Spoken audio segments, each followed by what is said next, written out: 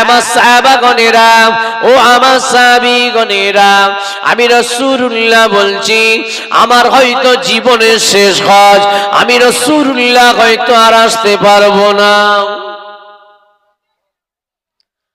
ও আমার সাহাবাগণেরা, ও আমার সাহাবীগণেরা, আমি রাসূলুল্লাহ আমার হয়তো আর আশা হবে না। আমি রাসূলুল্লাহ তোমাদের কাছে দুটো কথা বলতে চাই। আমি রাসূলুল্লাহ আমি দু চারটে কথা তোমাদের কাছে জানিয়ে দিতে চাই। আজকে যারা আরাফাতের ময়দানে হাজির হয়েছেন তারা শুনেলেন, যারা আসতে পারেনি আমার কথাটা তাদের কাছে পৌঁছে দেবেন। আল্লাহ নবীর ওয়াজ শোনার জন্য আমার রাসূলুল্লাহ বিদায় হজের ভাষণে একজনা দুজনা সাহাবা ছিল না, 2 লক্ষ সাহাবী হাজির ছিলেন। সাহাবায়ে কেরামরা সব থই থই করতে লেগেছে, এত ভিড়, 2 লক্ষ সাহাবা হুজুর দাঁড়িয়ে রয়েছেন। আমার রাসূলুল্লাহ আল কাসওয়ার পিঠে সওয়ারি হয়ে আল্লাহ নবী প্রিয় সাহাবী হযরতে জারীর বিন আব্দুল্লাহ বাজানী রাদিয়াল্লাহু তাআলা বললেন, ও বাবা জারীর, একবার তুমি আওয়াজ দিয়ে আমার সাহাবীদেরকে চুপ করতে বলো, আমি রাসূলুল্লাহ দুটো কথা বলে যাই। 2 লক্ষ সাহাবী থই থই করছে।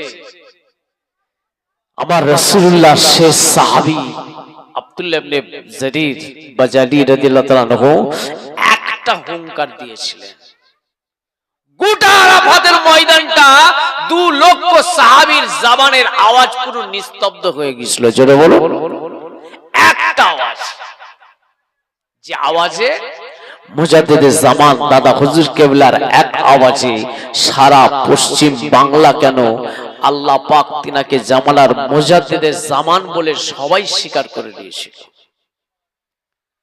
যে আওয়াজে খাজা গরিব নওয়াজ আজমিরি রহমাতুল্লাহ আলাইহির বাণীর মুখে জবানের আওয়াজে 2,90,000 লক্ষ মানুষ তিনার হাতে হাত দিয়ে ঈমানের কলেমা পড়ে মুসলমান হয়েছিল।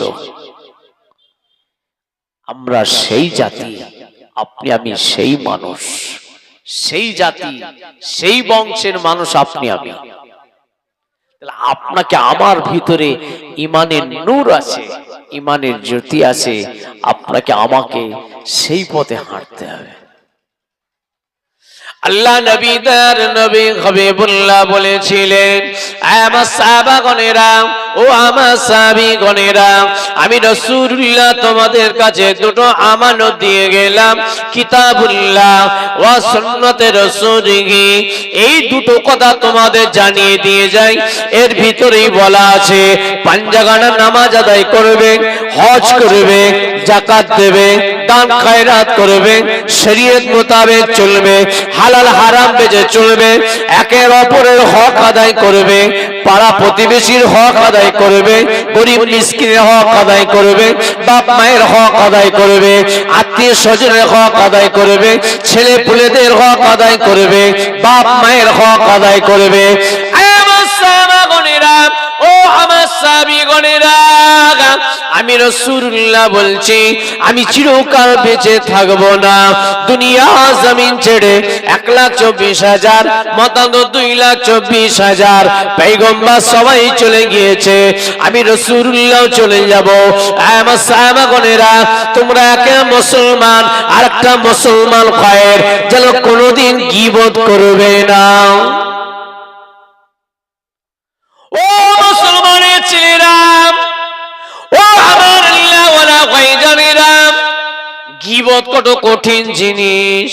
আল্লাহ নবী দার নবী হাবিবুল্লাহ জনাবে মুহাম্মদ রাসূলুল্লাহ সাল্লাল্লাহু আলাইহি সাল্লাম মদিনার মসজিদ নববীতে বসে বললেন, আমার সাহাবাগণেরা ও আমার সাহাবীগণেরা, আমি রাসূলুল্লাহ বলছি, একটা মুসলমান ভাই আর একটা মুসলমান ভাইয়ের গীবত কাকে বলে? একটা মুসলমান ভাইয়ের যার বিরুদ্ধে একটা মুসলমান কথা বলল, তার বদনাম করলো, তার কথাবার্তার বিষয়ে, তার আখলাক বিষয়ে, তার লেবাস পোশাকের বিষয়ে, তার খাওয়া দাওয়া বিষয়ে, তার ব্যবসা বাণিজ্যের বিষয়ে, তার ঘর বাড়ির বিষয়ে, যে কোনো বিষয় নিয়ে যদি তুমি আলোচনা করো, সমালোচনা করো, ওই মানুষটা যদি তোমার কাছে থাকতো, সে মনে বড় দুঃখ পেত, সে মনে বড় কষ্ট পেত। আল্লাহ নবী বলেন, তাকেই বলা হয় গীবত। তার সমালোচনা একটা মুসলমান আর একটা মুসলমানের করো না, করে নিজের আখিরাতটা গোমরাহ খারাপ করে ফেলো না। সাহাবায়ে কেরামেরা বলেছিলেন, ইয়া রাসূলুল্লাহ, ইয়া হাবিবাল্লাহ, আর কি আপনি একটু বলুন।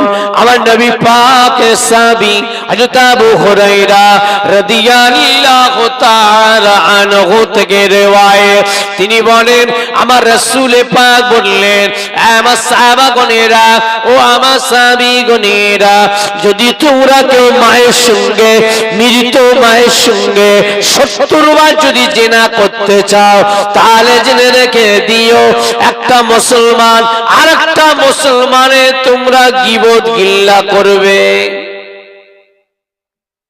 তো সুবহানাল্লাহুম্মা।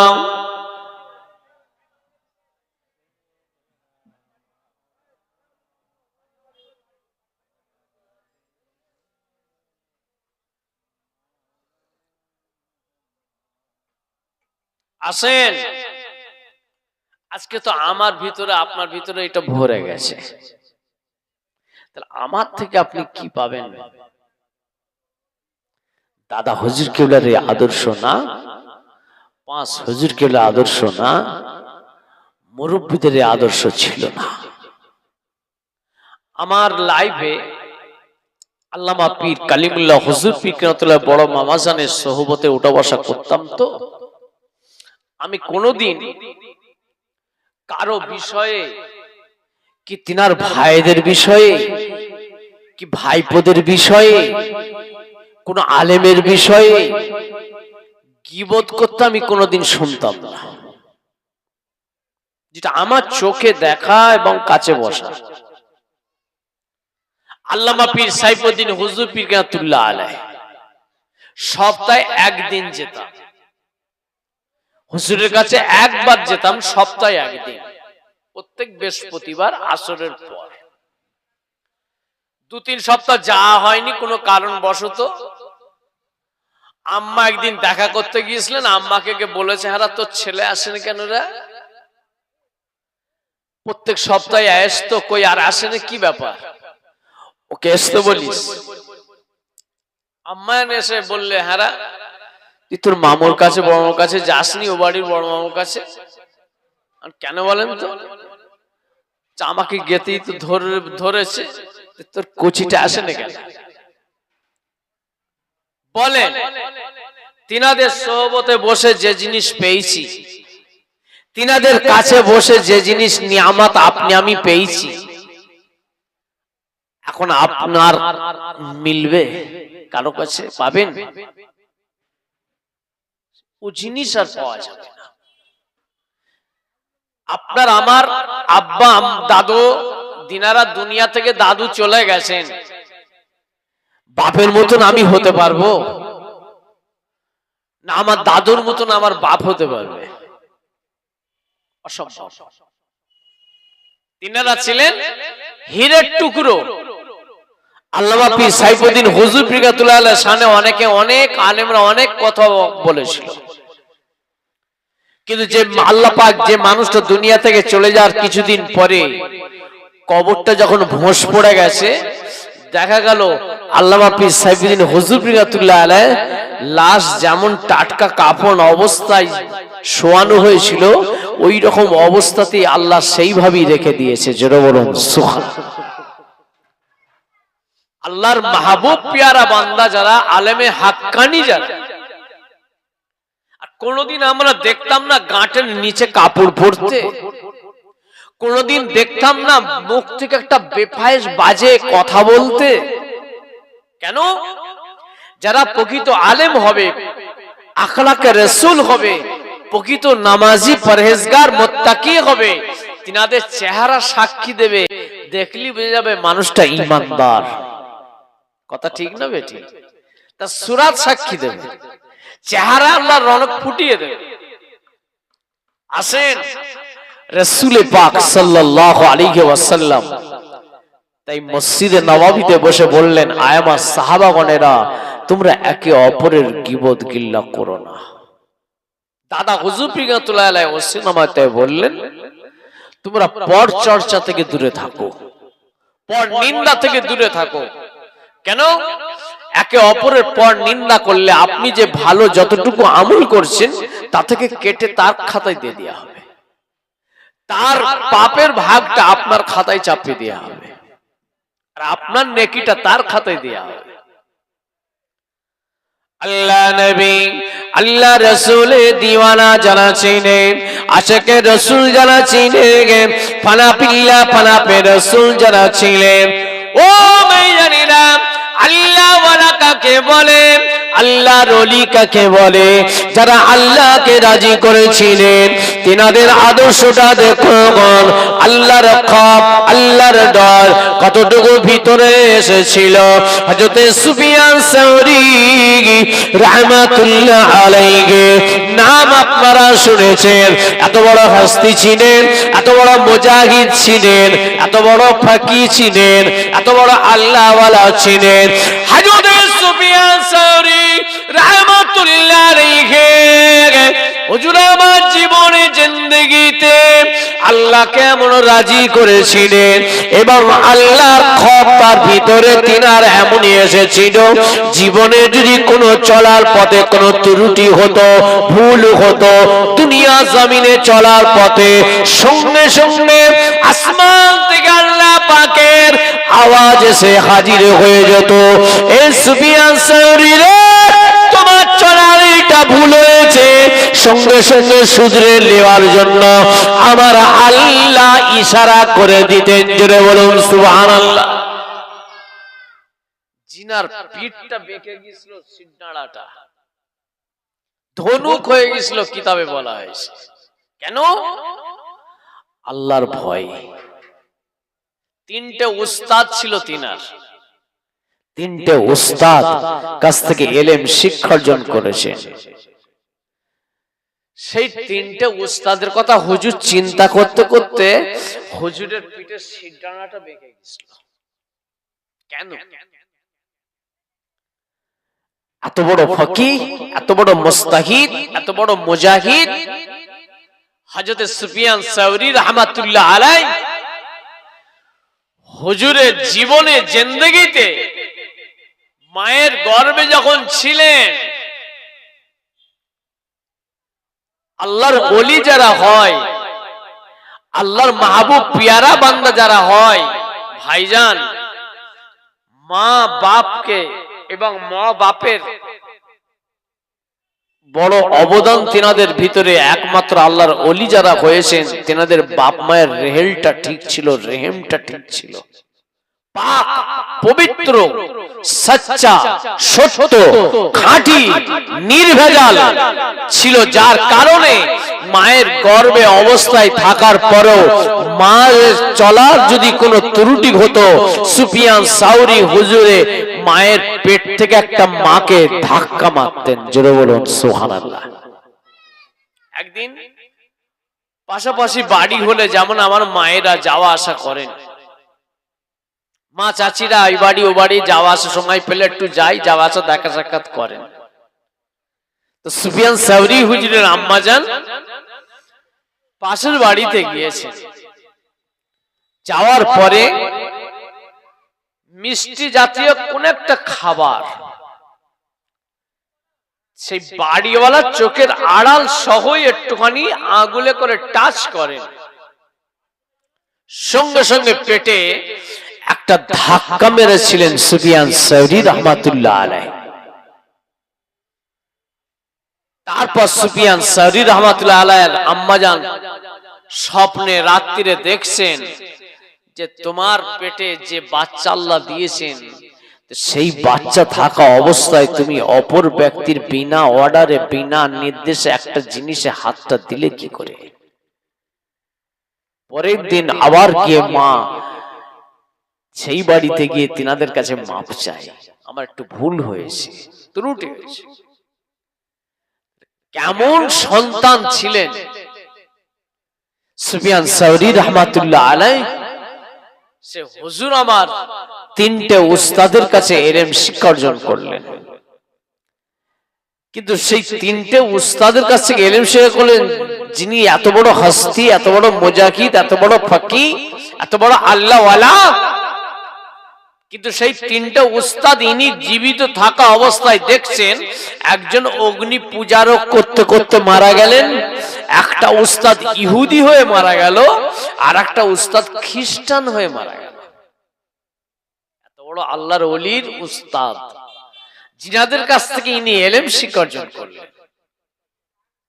এই জন্য দাদা হুজুর পীর কেবলা রাহমাতুল্লাহ আলাইহি বলেছিলেন যে আমার সিলসিলার মূল জিনিস হলো তাসাউফ, ইলমে তাসাউফ।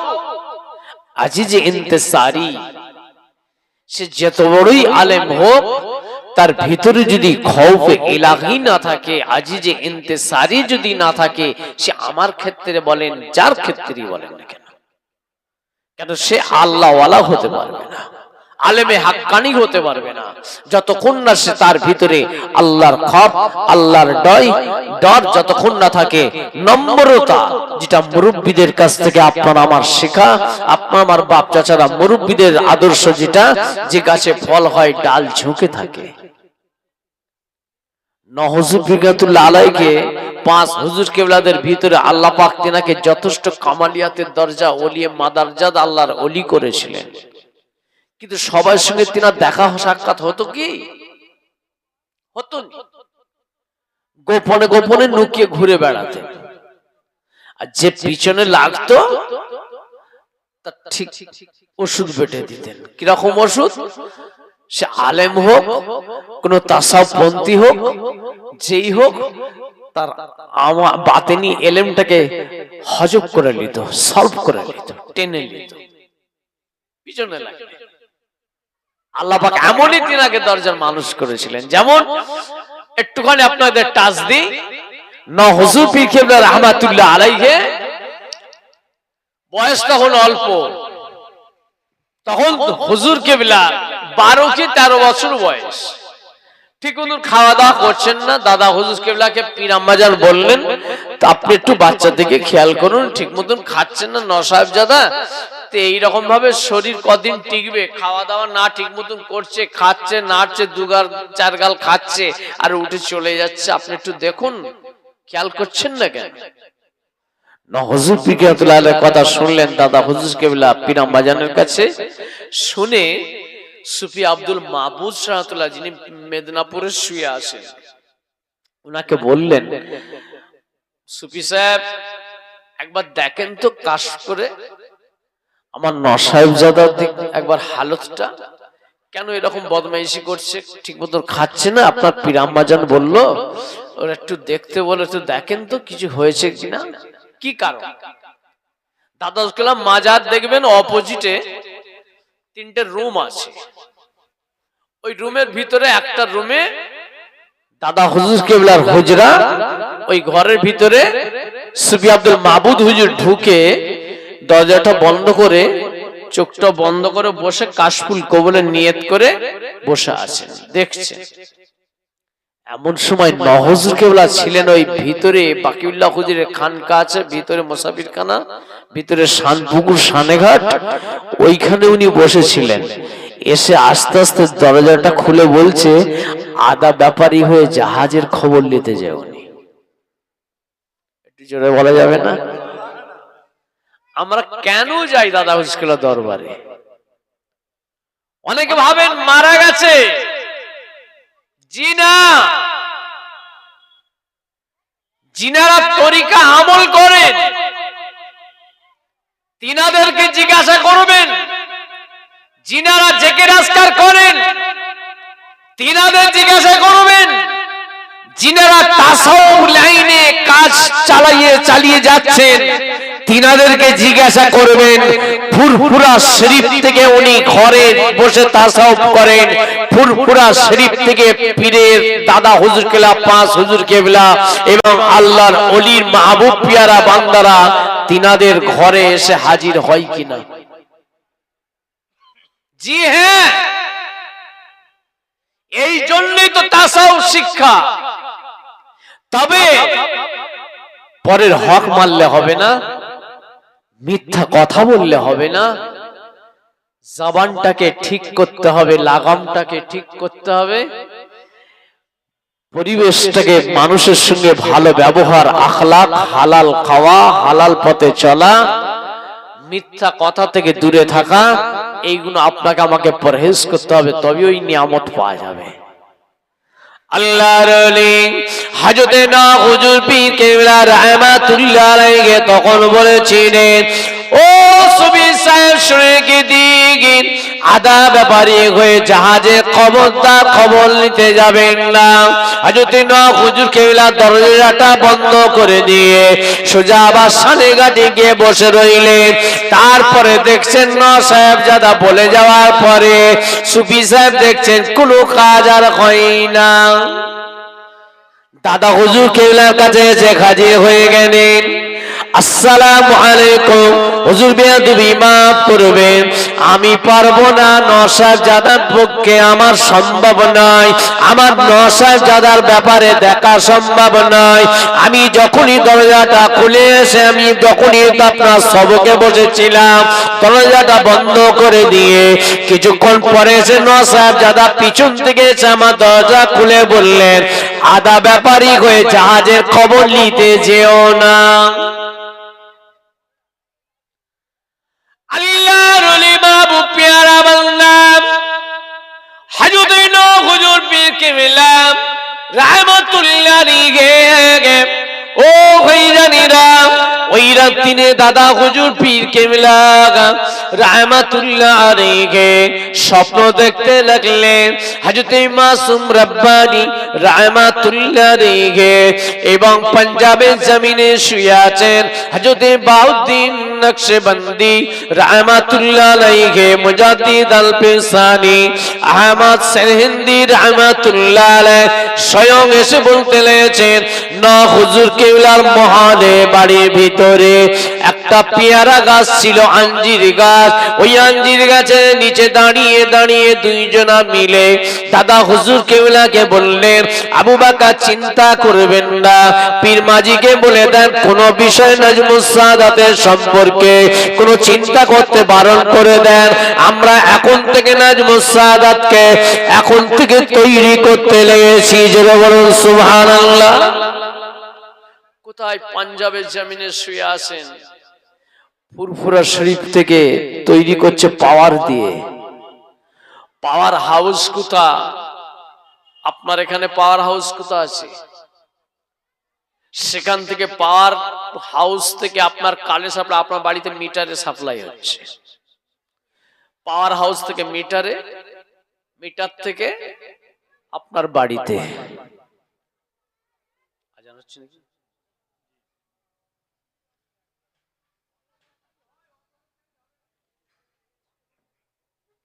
একটুখানি আজান হচ্ছে। আল্লাহুম্মা সাল্লি আলা সাইয়্যিদিনা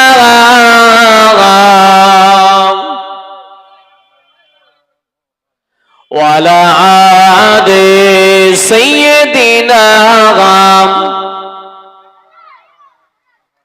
যে কথা বলছিলাম সংক্ষেপ, হযরত সুফিয়ান সাউরি রাহমাতুল্লাহ আলাইহি, আমরা 45 না হলে 50, 5-10 মিনিট ইউদিক হবে ভাইজান, জামাত করবো ইনশাআল্লাহ। হযরত সুফিয়ান সাউরি রাহমাতুল্লাহ আলাইহি হুজুরের তিনটা উস্তাদ ছিলেন, একজন অগ্নি পূজারক করতে মারা গেলেন, একজন ইহুদি হয়ে, একজন খ্রিস্টান হয়ে। সুফিয়ান সাউরি রাহমাতুল্লাহ আলাইহি তিনার যে পীরের কাছে খেদমত করেছেন, দীর্ঘ 50টা বছর দরবারে ছিলেন। 50টা বছর পীরের সেবা করার পরে পীর একদিন ওনাকে বললেন, সাউরি, তুমি আমার দরবারের মুরিদ বলে এখনো পর্যন্ত গণ্য হতে পারলে না। 50টা বছর পীরের সেবা করলেন, করার পরে বলছেন, সাউরি, তুমি এখনো পর্যন্ত আমার মুরিদ হতে পারলে না, মুরিদের খাতায় নাম তুলতে পারলে না। আর আজকে আমরা নামাজ যদি না পড়ে বলি দাদা হুজুর কেবলার মুরিদ, দাদা হুজুর কেবলাকে আমরা মোহাব্বত করি, ভালোবাসি, দাদা কেবলার সিলসিলার মুরিদ, তাহলে একটু মিলাই তো আমরা। 50 বছর সুফিয়ান সাউরি হুজুর পীরের সেবা করার পরে তার পীর তাকে বলছেন, তুমি আমার মুরিদের খাতায় নাম তুলতে পারলে না। আজকে আমরা কোন পথে চলছি? দাদা হুজুর পীর কেবলা রাহমাতুল্লাহ আলাইহি আল্লাহ কি নিয়ামত করেছেন, যদি একটু আপনি 5 ওয়াক্ত নামাজ আদায় করেন, হালাল হারাম বেঁচে চলেন, একটু শরীয়ত মোতাবেক ভাইজান আসুন। কেন? আমাদের ঈমানটা দুর্বল নয়, আপনার আমার ঈমানটা সবল মজবুত। আপনার আমার যে বাগানের মানুষ, আপনি জানেন না, যদি এর ভিতরে একবার প্রবেশ করে যান, করার মতন যদি করে যায়, গভীরে যদি ঢুকে যায়, তাহলে মজার স্বাদটা কি নিয়ামত আপনি পাবেন, আপনি নিজেও অনুভব করতে পারবেন। ঘরে শুয়ে শুয়ে নিয়ামত পাবেন, ঘরে শুয়ে শুয়ে। কি বলছেন? হুজুর কেবলার হাতে হাত দিয়ে একজন মুরিদ, বয়স তিনার হচ্ছে 82 বছর বয়স, এই 89 বছর বয়স, 89। বলছে, আমি বসে বসে জিকির আজকার মুরাকাবা হালতে বসে আছি, হঠাৎ দেখছি আমি তাসবিহ নিয়ে বসে তাসবিহ পড়ছি। আমার পীর তো হুজুর পীর রাহমাতুল্লাহ আলাইহি, আমি এমন সময় দেখছি আমার যেন পাশে নামাজের মুসাল্লার পাশে কে যেন দেখছি একটা তাসবিহ নিয়ে এসে ঠিক আমার মুসাল্লার কাছে রেখে দিয়ে গেল। আমি ঠিক বুঝতে পারছি, আমি চোখ বন্ধ করে বসে জিকির করছি, ওজিফা করছি, চোখ খুলে আমার হাতে তাসবিহ আছে, কিন্তু দেখছি সেই তাসবিহ, একটা তাসবিহ নামাজের মুসাল্লার উপরে একটা তাসবিহ রাখা রয়েছে। এটা খোদাই কথা বলছি, পেট গরমের কথা নয়, আমি নিজে চোখে তাসবিহটাও দেখেছি, আমাকে দেখিয়েছে, নিজে চোখে দেখেছি। তো বলছে, সেই রাত্রিতে যখন আমি ঘুমিয়ে আছি, তো দেখছি কোথায় মালদা জেলায় শুয়ে আছেন হযরত সিরাজ আখি রাহমাতুল্লাহ আলাইহি। সেই সিরাজ আখি রাহমাতুল্লাহ আলাইহি দরবারে আমি জিয়ারত করতে গিয়ে আমার একটা তাসবিহ ফেলে চলে এসেছিলাম। আমার সেই তাসবিহটা ছিল সাদা, ওটা ওই তাসবিহটা উনি আমাকে বললেন, এই নাম ধরে আমাকে বললেন, এলাও তুমি তাসবিহ ফেলে এসেছো, আমি সিরাজ আখি আমার প্রিয় বোনের তাসবিহটা তোমাকে দিয়ে গেলাম। যেটা বলুন, এই জন্য আল্লাহর ওলিদের সঙ্গে আপনার আমার সম্পর্ক, আল্লাহর ওলিদের সঙ্গে সবকের লেনদেন, সম্পর্ক, তরিকা মশকরার মজা এটা পাওয়া যায়। এরকম বহু কারামত আছে। সুফিয়ান সাউরি রাহমাতুল্লাহ আলাইহি কে বলা হলো, পিঠটা কেন আপনার বেঁকে গেছে? তখন উনি বলেছিলেন, আমার এই 3টে উস্তাদ এত বড় আলেম, যাদের কাছ থেকে আমি ইলম অর্জন করেছি, জাহিরি বাতিনি, যে তিনটে উস্তাদ আমার লাস্ট দেখা গেল তিনারা গোমরা হয়ে দুনিয়া থেকে চলে গেল। সেই মনে আল্লাহর কাছে কাঁদতে রইল, আল্লাহ আমার দশা কি হবে, আমি সুফিয়ান সাউরি আমার অবস্থা কি হবে? আমার তিনটে উস্তাদ এত বড় হস্তি যদি এলেম শিক্ষা অর্জন করতে করতে তারা যদি এইরকম লাস্টে আকীদা বিগড়ে গোমরা হয়ে দুনিয়া থেকে তিনজন চলে গেলেন, একজন অগ্নি পূজারক করতে করতে দুনিয়া থেকে গেল, একজন ইহুদি হয়ে মারা গেল, একজন খ্রিস্টান হয়ে মারা গেল, তাহলে আমি সুফিয়ান সাউরির কপালে কি আছে? এই চিন্তা করতে করতে পিঠের সিদ্ধাটা বেঁকে গেল। আল্লাহর ওলি হযরত সুফিয়ান সাউরি রাহমাতুল্লাহ আলাইহি শুনে রেখে দিন, আল্লাহর ঘর মসজিদে আজান যখন হয়ে যায়, হযরত সুফিয়ান সাউরি হুজুর আমার মসজিদে নামাজ পড়তে গেলেন। নামাজ পড়তে গিয়ে কোনো কারণবশত বেখিয়াল হয়ে হুজুরের ডান পাটা আগে না দিয়ে হুজুর আমার বাম পাটা যেই দিয়েছেন, আল্লাহ তরফ থেকে আওয়াজ আসলো, এসাওর তুমি পাটা ঠিক করে ফেলো। সর মানে হলো বলো। আল্লাহ বলে হযরত সুফিয়ান সাউরি রাহমাতুল্লাহ আলাইহি হুজুরের নাম ধরে বলেছিলেন, এসাওর শুনে রেখে দে, তুই পাটা ঠিক করে ফেল। ভালো কাজে কোন পা? আমার ঘরে যখন পা দিবি ডান পাটা আগে না বাম পাটা আগে তোমার জানা নাই। যখন হুজুর খেয়াল করেছে গেল আমি বাম পাটা মসজিদে কেন আগে দিলাম, হুজুর মসজিদের কাছে সঙ্গে সঙ্গে জমিনে অজ্ঞান হয়ে পড়ে গেলেন। আল্লাহ পাকের যখন হোশ এনায়েত করলেন হযরত সুফিয়ান সাউরি তখন জ্ঞান ফিরার পরে উঠে নিজের দাড়ি মুবারক খানা ধরে নিজের দুটো গালে চড় মারতে লাগলেন। খুদার ঘরে পাটা ডান পাটা আগে দিতে হয় না বাম পাটা, তোমার খেয়াল নেই? তখন নিজের মনকে সান্ত্বনা দিচ্ছে, নিজের হাতে দাড়ি ধরে আর নিজের গালে দু গালে ঠাসা ঠাস চড় মারছে, শিক্ষা দিচ্ছে নিজের মনকে। নাফসের সঙ্গে জিহাদ করেছিলেন ইনারা। আমরা সেই নাফসের সাথে জিহাদ করার মানুষ পিঠ ধরেছি আপনি আমি, আপনাকে আমাকে ভাইজান। দুনিয়া জমিনে ভালো জিনিস পেতে গেলে একটু ত্যাগ স্বীকার করতে হবে, ভালো জিনিস খেতে গেলে একটু কষ্ট হবে, হালাল জিনিস খেতে গেলে একটু কম হবে, আল্লাহ রাসূলের নৈকট্য হাসিল করতে গেলে একটু সময় ত্যাগ করতে হবে। আসেন আল্লাহ পাক আপনাকে আমাকে সেই আল্লাহ রাসূলের ভালোবাসা, পীর মাশায়েখদের ভালোবাসা, নবী রাসূলদের ভালোবাসা, পীর পয়গম্বরদের ভালোবাসা মুহাব্বত আল্লাহ পাক যেন কায়েম রাখেন।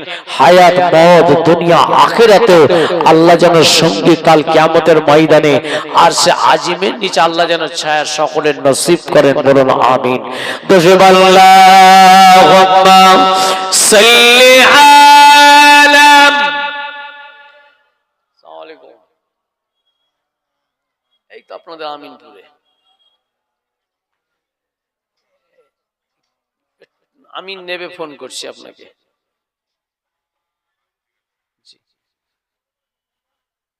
ভাইজান 43 হয়েছে, যাদের ওযু নাই ওযু করে নেন, আর যাদের ওযু আছে সবাই কাতার দিয়ে বসে যান। আমাদের নামাজ 85 হবে, ওযু করার একটু সময়টা আমরা দিই, 43 হয়ে গেছে। এখানে মুক্তাসার করলাম। ওমা আলাইনা ইল্লাল বালাগ।